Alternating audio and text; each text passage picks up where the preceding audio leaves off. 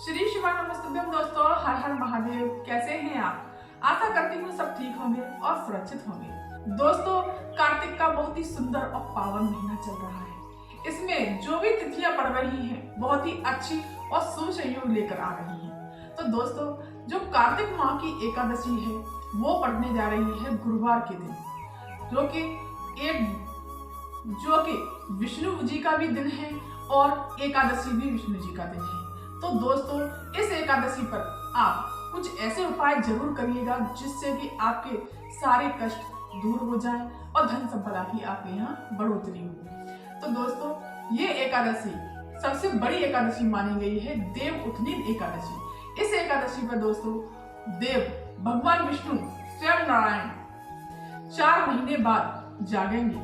तो इस एकादशी पर आप एक उपाय जरूर ही करिएगा। पूज्य गुरुदेव की कथा सुन करके और समझ करके मैं ये उपाय लेकर के आई हूँ। दोस्तों, आपके यहाँ बहुत कष्ट आ रहा है, पैसा टिक नहीं रहा, व्यसन में जाता जा रहा है या बीमारियों में जा रहा है, या कोई धन आपसे मांग के ले गया और वो वापस दे ही नहीं रहा है, या कोई अन्य परेशानियों में पैसा चला ही जा रहा है। आपके यहाँ पैसा तो बहुत आ रहा है लेकिन वो टिक नहीं रहा। तो इसके लिए पूज्य गुरुदेव ने बहुत अच्छा उपाय बताया है और कहा है कि आपके बेटे गलत संगति की तरफ जा रहे हैं और वो सुधर नहीं रहे हैं। आपने बहुत प्रयास कर लिया तो आपको ये उपाय जरूर करना चाहिए। दोस्तों, आपका पैसा टिकने लगेगा और आपके यहाँ सुख संपत्ति और सुख शांति जरूर आएगी। चलिए जानते हैं इस उपाय को किस प्रकार से करना है। आपको एक लोटा ले लेना है, तांबे का कलश, उसमें गंगा जल भर लेना है। उस लोटे में आपको गंगा जल भर लेना है। गंगा जल में आपको 7 बेलपत्री, मैंने ये 7 बेलपत्री पहले से ही ले रखी है दोस्तों, पर बेलपत्री कटी फटी नहीं होनी चाहिए, एकदम साफ सुथरी और सही बेलपत्री होनी चाहिए। भगवान भोलेनाथ को हर चीज पूर्ण पसंद है, ना कि कटी फटी खंडित चीज उनको पसंद नहीं है। तो 7 बेलपत्री गंगा के जल में आपको इस तरह से डाल लेनी है। और पूजन के लिए आपको दीपक ले जाना है, मीठा ले जाइए, थोड़ा सा चंदन ले जाइए। ये तो अपन पूजन करते हैं तो ये तो थोड़ा सा ले जाना चाहिए दोस्तों। फूल ले जाइए, धूप ले जाइए, ये चीजें आप ले जा सकते हैं। पीला चंदन ले जाइए। इस प्रकार से आपको डिब्बी में नहीं ले जाना दोस्तों, अपनी थाली अलग से लगा करके ले जानी है। ये गंगा जल में ये 7 पत्तियां मैंने डाल ली हैं, एक दीपक ले लिया है और फूल ले लिया है, और आप इत्र ले जाना चाहते हैं तो आप इत्र भी ले जाइए। तो दोस्तों, आपको सीधे पहुंच जाना है देवाधिदेव महादेव के मंदिर में। देवाधिदेव महादेव के मंदिर में सबसे पहले जो नंदी बाबा पड़ेंगे, उनका जो पैर है, जो उठा हुआ पैर है, हमें सारा जल वहां पर समर्पित कर देना है।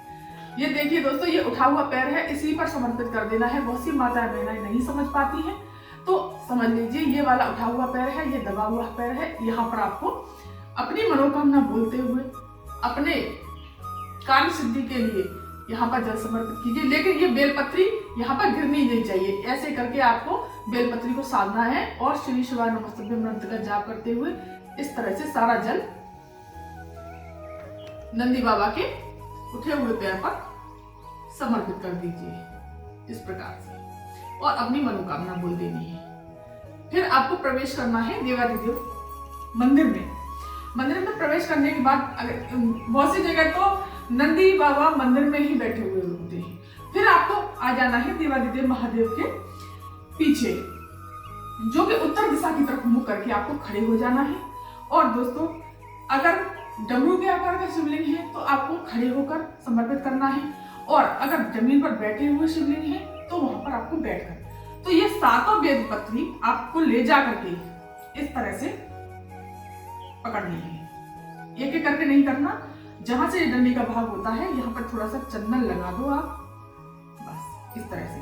और ये 7 बेलपत्री अपनी मनोकामना बोलते हुए, डंडी का भाग जलाधारी की तरफ होना चाहिए और पत्ती का भाग अपनी तरफ, इस तरह से समर्पित कर देनी है और अपनी मनोकामना बोल देनी। जो भी आपके यहाँ धन टिक नहीं रहा, गलत कामों में जा रहा है या बीमारियों में जा रहा है, रोग में जा रहा है, और कोई धन मांग के ले जाता है तो धन बच ही नहीं रहा, उसके लिए आपको ये उपाय जरूर करना चाहिए। और इस पर हाथ रख के अपनी मनोकामना बोल दे, अपने ये बात बोल दी। और फिर उसके पश्चात में आपको इस प्रकार से चंदन लगा देना है। इस प्रकार से चंदन लगा देना है श्री शिवाय नमस्तुभ्यं मंत्र का जाप करते हुए। और भोलेनाथ को वैसे कॉटन ले जाइए, रुई ले जाइए, इस तरह से आपको इत्र भी लगा देना है। मेरे बाबा को इत्र लगा दीजिए, थोड़ा मीठा समर्पित कर दीजिए, फूल समर्पित कर दीजिए, जो समर्पित करना चाहते हैं फिर आप वो समर्पित कर सकते हैं। और ये दीपक जो आप लेकर के गए हैं, इसको दीपक को प्रज्वलित करके पुनः आरती कर दीजिए। और अगर आप 1 लोटा जल और समर्पित करना चाहते हैं तो जल लेकर के शिवलिंग पर इस प्रकार से समर्पित कर सकते हैं। जल समर्पित करने के बाद पश्चात आपको पुनः आरती कर देनी है। आपको आरती तो आती होगी, इस प्रकार से आरती कर देनी है। उनको प्रणाम करके अपना नाम और गोत्र बोल करके अपना कष्ट बता करके अपने सीधे अपने घर चले आना है। अब जानते हैं दोस्तों, धन संपदा के लिए भी इसी प्रकार से उपाय किया जाता है। लेकिन उसके लिए हमें क्या करना चाहिए? उसके लिए भी हमें तांबे का कलश में गंगा जल भरना है। क्या भरना है दोस्तों? गंगा जल में, लेकिन इसकी विधि थोड़ी अलग है और लेकिन करना इसी तरह से है। गंगा जल भर करके जिन व्यक्तियों का व्यापार नहीं चल रहा हो, नौकरी से व्यवसाय से परेशान हो, इंटरव्यू बहुत दे रहे हैं लेकिन कामयाब नहीं हो रहे हैं, काफी समय हो गया आप धन से बहुत परेशान हैं, कोई नौकरी नहीं लग रही, व्यवसाय नहीं चल रहा, या कोई भी दिक्कत आ रही है धन से जुड़ी हुई, तो उसके लिए पूज्य गुरुदेव ने ये उपाय बताया है। तो आपको जल ले लेना है, गंगा जल भरना है एक पात्र में, तांबे के पात्र में भर दो। और उसमें आपको तुलसी की, ये भी दोस्तों एकादशी वाले दिन ही किया जाना है उपाय। तो तुलसी के पत्ते एकादशी वाले दिन तो टूटते नहीं हैं, इसलिए आपको एक दिन पहले ही तोड़ करके रख लेना है। एकादशी वाले दिन नहीं तोड़ना है, तुलसी को नहीं छुआ जाता। तो 11 पत्ते गंगा जल में आप डाल दीजिए। 1 2 3 4 5 6 7 8 9 10 11 इस प्रकार से आपने गंगा जल में तुलसी के पत्ते डाल दीजिए। अब इस जल को आपको किसी भी नारायण के मंदिर में, कृष्ण के मंदिर में, राम के मंदिर में आपको लेकर के इसको पहुंच जाना है। वहां पहुंच करके आपको सीधे भगवान के पास जाकर के, जैसे कि कृष्ण का मंदिर है, विष्णु का मंदिर है, नारायण का मंदिर है या रामचंद्र जी का मंदिर है, वहां पर जाकर के प्रणाम करके इनको अपनी मनोकामना बोल के कि मेरे यहाँ धन से जुड़ी हुई इतनी समस्या है प्रभु, मेरी समस्या को हल कीजिए, और मेरी नौकरी नहीं लग रही है, इंटरव्यू काफी दे लिए, उसमें तरक्की नहीं हो रही है, कहीं भी कोई भी मेरा काम नहीं बन रहा है या व्यवसाय नहीं चल रहा है, कोई भी दिक्कत है वो मेरी दूर करिए। इस प्रकार से आपको बोलना है और यहाँ पर कुछ देर तक, आधा घंटे 15 मिनट वहीं पर बैठ करके आपको ओम नमो भगवते वासुदेवाय मंत्र का जाप करते रहना है। और दोस्तों एक बात ध्यान रखना, पूज्य गुरुदेव ने क्लियर कहा है, बिल्कुल साफ साफ कहा है कि केवल और केवल नारायण का ही मंदिर होना चाहिए, शिव जी का मंदिर नहीं होना चाहिए, या अन्य देवी देवताओं का मंदिर नहीं होना चाहिए जिसमें मूर्तियां लगा देते हैं, नहीं। इस प्रकार से आप उपाय तो कर लेते हैं, फिर कहते हैं कि हमारा कार्य पूरा नहीं हुआ।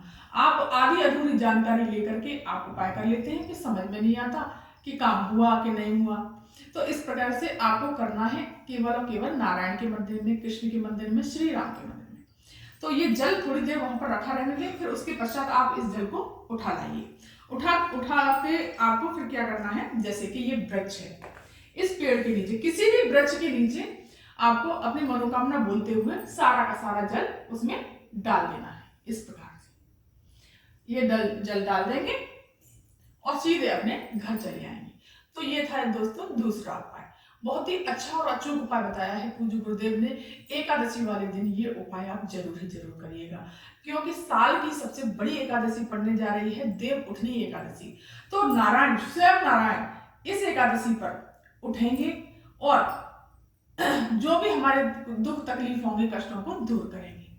दोस्तों तीसरा उपाय बताया है पूज्य गुरुदेव ने एकादशी वाले दिन का ही, जो कि काफी समय से आप प्रयास कर रहे हैं और आपका कार्य अटक रहा है, या कोई कोर्ट कचहरी का कार्य है वो अटक रहा है, या कोई केस चल रहा है और वो उसमें आपको सफलता प्राप्त नहीं हो रही, तो उसके लिए ये उपाय बताया है।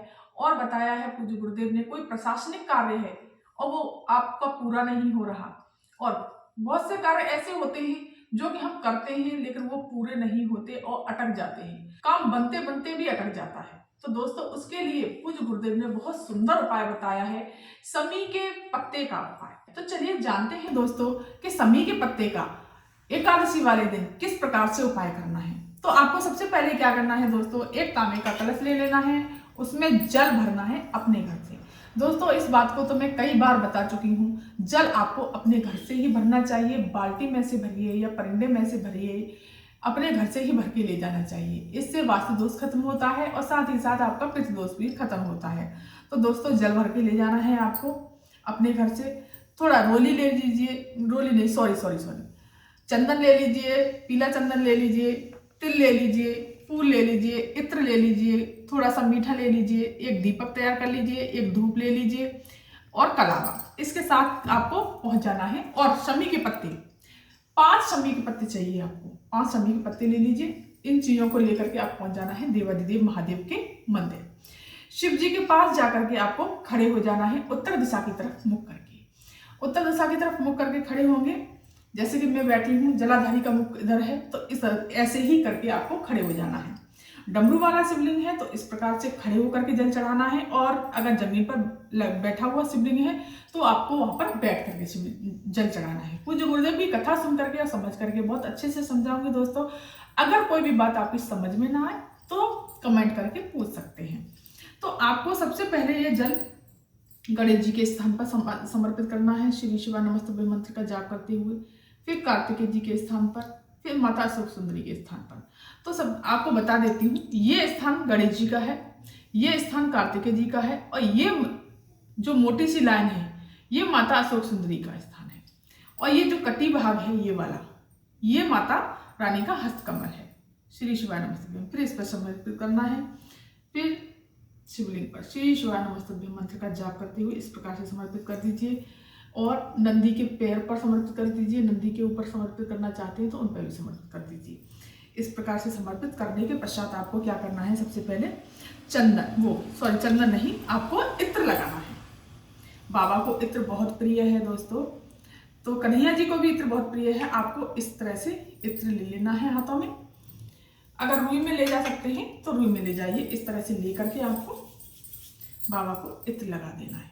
इस तरह से श्री शिवाय नमस्तुभ्यं मंत्र का जाप करते हुए इस तरह से इत्र लगा देना है।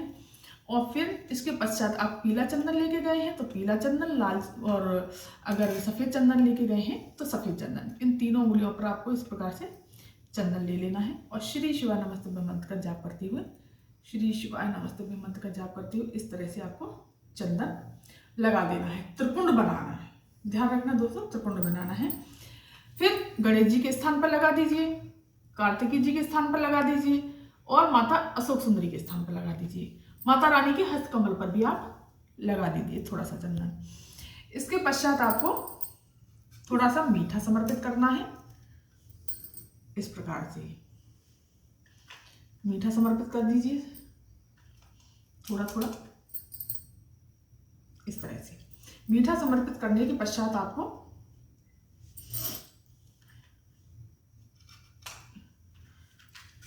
दीपक जला लेते हैं। थोड़ा सा दीप, धूप दीप दोनों जला लीजिए, प्रज्वलित कर लीजिए, धूप भी जला लीजिए, क्योंकि सुगंधित चीज बाबा को बहुत ही अच्छी लगती है। इस तरह से आपको करना है। धूप दिखा दीजिए मेरे बाबा को।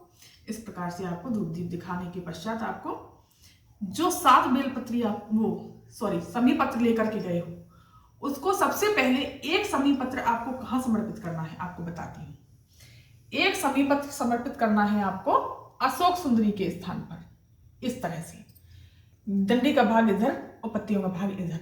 ये अशोक सुंदरी माता जो ये जो उभरा हुआ भाग है ये अशोक सुंदरी माँ है, तो यहाँ पर आपको समी पत्र को समर्पित कर देना है। दूसरा समी पत्र आपको समर्पित करना है, वो भी इसी प्रकार से समर्पित करना है।